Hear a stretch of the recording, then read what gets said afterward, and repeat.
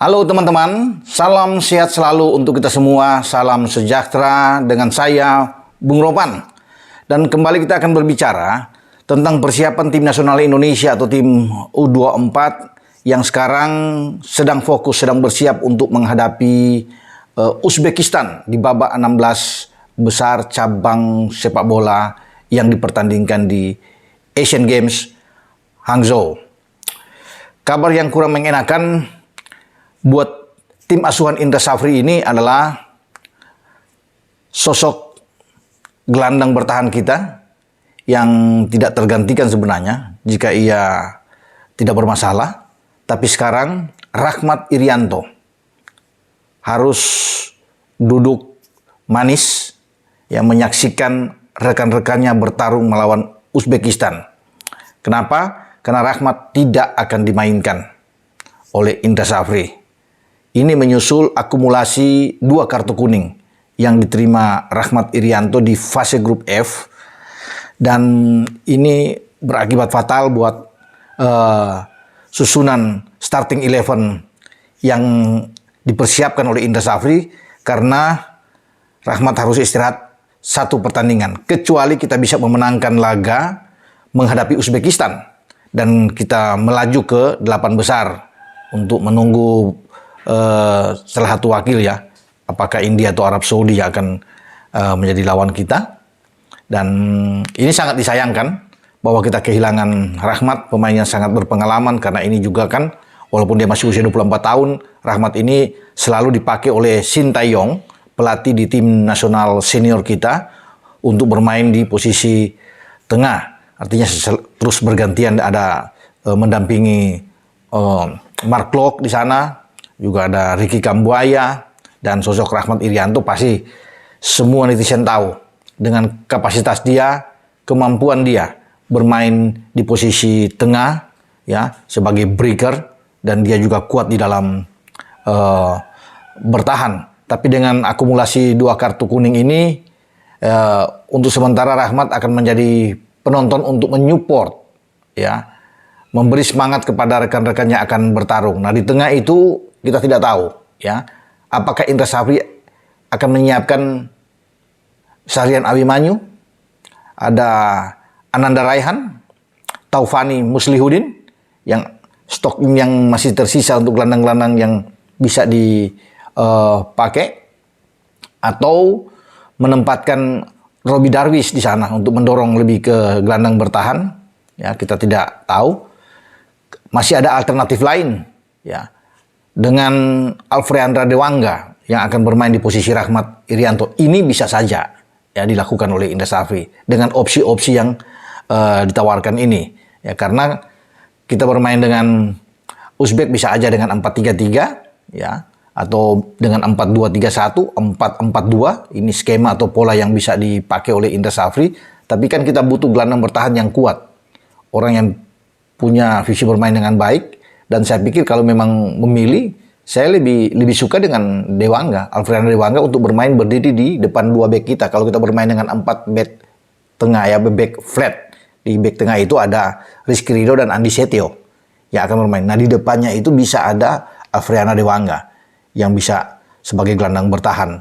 Jadi ketika kita ditekan, ya bisa ada 3 pemain yang bisa ke belakang, termasuk dengan Alfreandra untuk bisa membantu Ridho dan Andi Setio. Nah, di kanan bisa aja dipakai lagi Robi Darwis ya, sekarang, dan Haikal bisa bermain di posisi kiri. Namun kan semua ini tergantung bagi Indra Safri untuk melihat. Menurut saya ini akan jauh lebih bagus kalau dengan Alfreandra Dewangga. Entah dia dipasangkan dengan Ananda Raihan, karena Ananda Raihan pemain PSM ini kuat juga dalam hal bertahan. Itu bisa menjadi opsi terbaik yang ada. Karena kalau bicara dengan Abimanyu kan dia kurang begitu kuat di dalam bertahan, mungkin lebih dorong ke depan. Ya, Taufani Muslihudin juga masih bisa sebenarnya untuk bermain lebih ke dalam. Tapi memang kita butuh pemain yang bagus ya, pemain yang punya pengalaman oke ya, Alfreandra Dewangga yang bisa ditampilkan. Kalau Indra Safri tidak memakai 3 bek ya, karena kan kalau dengan 3 bek ya Dewangga bisa bermain di belakang, Andi Setio dan Rizky Ridho sebagai kapten ke-11, mendorong 2 bek sayap kita untuk bermain lebih ke depan untuk memperkuat lini lini tengah. Kalau kita bermain dengan 3 back, jadi di tengah itu ada 5 pemain. Ya bisa ada sana, bisa aja ada Abimanyu, bisa ada Ananda Raihan, ada Taufani yang bisa ditaruh di sana dengan dibantu 2 back, mungkin Robi Darwish atau dengan Haikal. Nah kita pakai 2 pemain depan, sudah ada Ramadan Sananta. Ini kan akan jauh lebih bagus. Mungkin saja Ramadan Sananta dan Ramai Rumakik. Ya, atau Ramadan dengan Egy. Kita tidak tahu apa yang menjadi opsi terbaik yang akan dipilih oleh Indra Safri, tapi sosok nomor 9 pasti dengan kedatangan seorang Ramadan Sananta ini akan jauh lebih bagus ya. Karena selama ini kan kita hanya punya Titan. Sekarang sudah ada Ramadan, jadi opsi terbaik di depan ini sudah aman untuk seorang striker seperti Ramadan. Tinggal yang mendukung dia. Ya, Ramai Rumakik bagus juga, ya punya fighting yang sangat oke, ya, dan dia bisa bergerak dari sisi sayap. Si Ramai Rumakik ini ya, apakah Indra Safri berani untuk langsung memainkan 2 pemain ini di depan? Ya, kalau bermain dengan 4-3-3 tentunya akan mengubah lagi situasinya kan. Kita akan tunggu karena Uzbek ini tim yang kuat. Tim asuhan Timur Kapatse ini sangat baik ya. Makanya kita harus konsentrasi penuh ya, tidak boleh kehilangan fokus dalam pertandingan ini, dan Indra Safri sudah mengatakan dia akan menyiapkan game plan terbaik ya dengan materi pemain yang bagus. Apalagi sudah ada Ramadan di depan ya, tapi kita kan butuh pemain tengah. Nah, ini yang menjadi kesulitan buat kita, kreator di tengah ini. Kita agak sulit ya, apalagi Rahmat hilang, nggak ada. Ya ini pasti di tengah harus bekerja keras. Karena kan nggak ada yang bisa mengatur permainan di tengah, ya bisa menahan bola untuk mendelay bola, kapan harus bisa memberikan umpan cepat ya ke depan, ya atau bermain dengan umpan pendek. Karena kan pemain-pemain gelandang seperti itu, seperti Marcelino, ya Ivar Janer tidak ikut di dalam tim ini. Tuh, Arkan Fikri yang kemarin tampil di kualifikasi U23 di Menahan Solo juga mereka tidak ada. Ya, apalagi Beckham Putra kan masih bermasalah, tidak dibawa. Ya, karena ototnya masih lemah sehingga dia ditahan. Ya, ada pemulihan di Indonesia saja. Nah, makanya di tengah itu kita kurang pemain-pemain yang bisa mengatur ritme ini. Kalau ada Rahmat, nah masih bisa lah. Ya, nah, tapi sekarang kan Rahmat tidak ada. Siapa yang bisa mengatur? Semua tidak bisa mengatur. Paling yang ada mungkin Abimanyu. Ya. Sarian Abimanyu yang bisa diaturkan. Cuma kan tidak sebagus kalau memang ada pemain-pemain yang tipikal seperti Marcelino, ada Ivar yang reading the game-nya sangat bagus. Tapi oke, Indra Safri tahu semuanya, ya dia harus bisa memanfaatkan. Ini PR berat yang harus dijalankan, game plan-nya di lapangan. Dan menyusun kerangka yang baik, terutama di sektor paling krusial. Kan ini sektor lini tengah ini yang sangat kuat. Kita kalah di sini habis.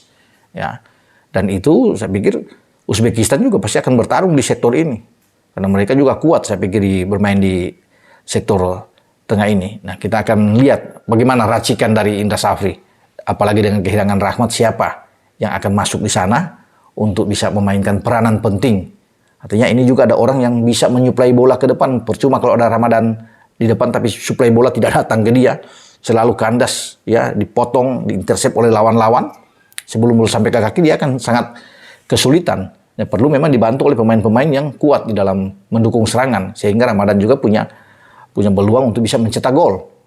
Dan saya rasa sudah ada kutak-kutik evaluasi dari Indra Safri.